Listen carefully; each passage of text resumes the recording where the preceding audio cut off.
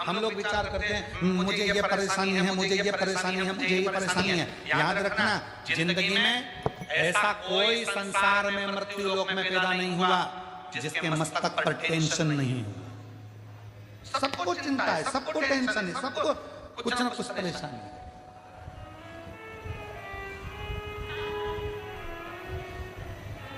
पर क्या करें, किसको करें?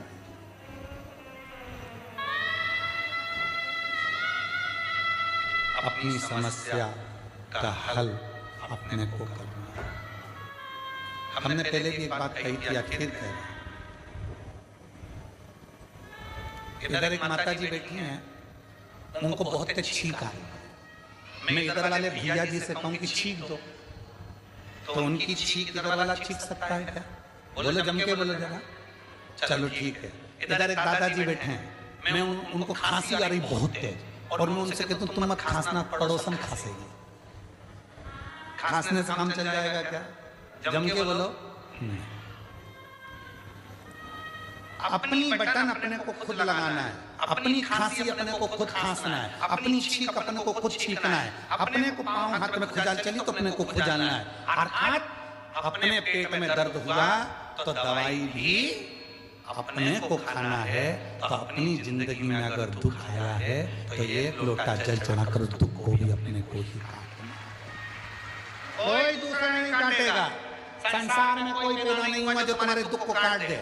याद रखना, कहीं का महाराज तुमसे कह दे कि मेरे पास आकर बैठो, मैं तुम्हारा दुख काट दूंगा, समझ लेना पक्का बेवकूफ बना रहा है। लाख 2 लाख लेके चले जाएगा, सब बेवकूफ बना रहा है। कोई किसी का दुख नहीं काट सकता। संसार में कोई पैदा नहीं हुआ कि किसी का दुख काट दे। भगवान राम की जिंदगी में भी दुख आया था, 14 वर्ष का वनवास आया था। बड़े बड़े गुरु उनके पास में थे, विद्वान विद्वान उनके ऋषि उनके पास में थे, वो भी राम जी का दुख नहीं काट पाए। क्यों? राम जी ने पूछा मेरी जिंदगी में दुख आया, सीता मैया की जीवन में दुख आया था, इतने बड़े बड़े उनके पिता जनक जैसे विद्वान थे, तो दुख नहीं काट पाए। क्यों? क्योंकि जो हमारे पिछले कर्म का भोग है वो हमको खुद भोगना पड़ेगा, अपना दुख खुद को काटना पड़ेगा, कोई नहीं काटे।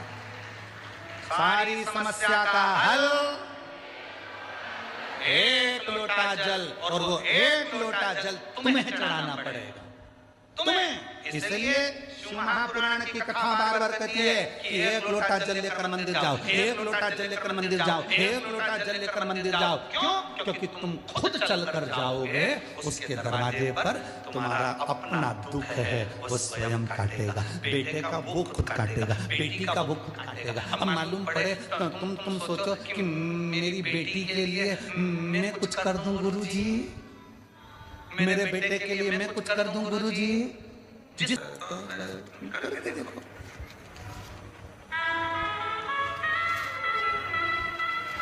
शादी में कौन कौन जाते हैं? हाथ उठाओ जितने लोग शादी में जाते हैं, जम के हाथ उठाओ जरा सभी लोग। हाँ उठा लिए, धर लो वापिस। शादी में खाना खाते हो, भोजन करते हो, हाथ तो उठाओ। हाँ ठीक है।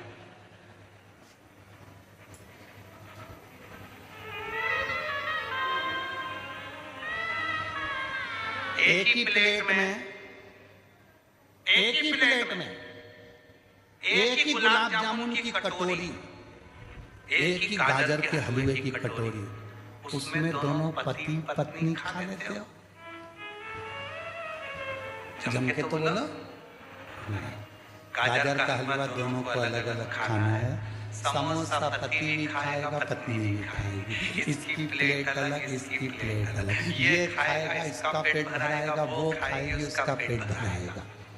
तो मंदिर भी सबको जाना चाहिए। पर कई लोग विचार में रहे गुरुजी जब दान करने का नंबर आता है, कहीं 150 रुपए चढ़ाना होते हैं, तो माताएं सिर्फ पल्लू लेके पति को टच कर लेती है।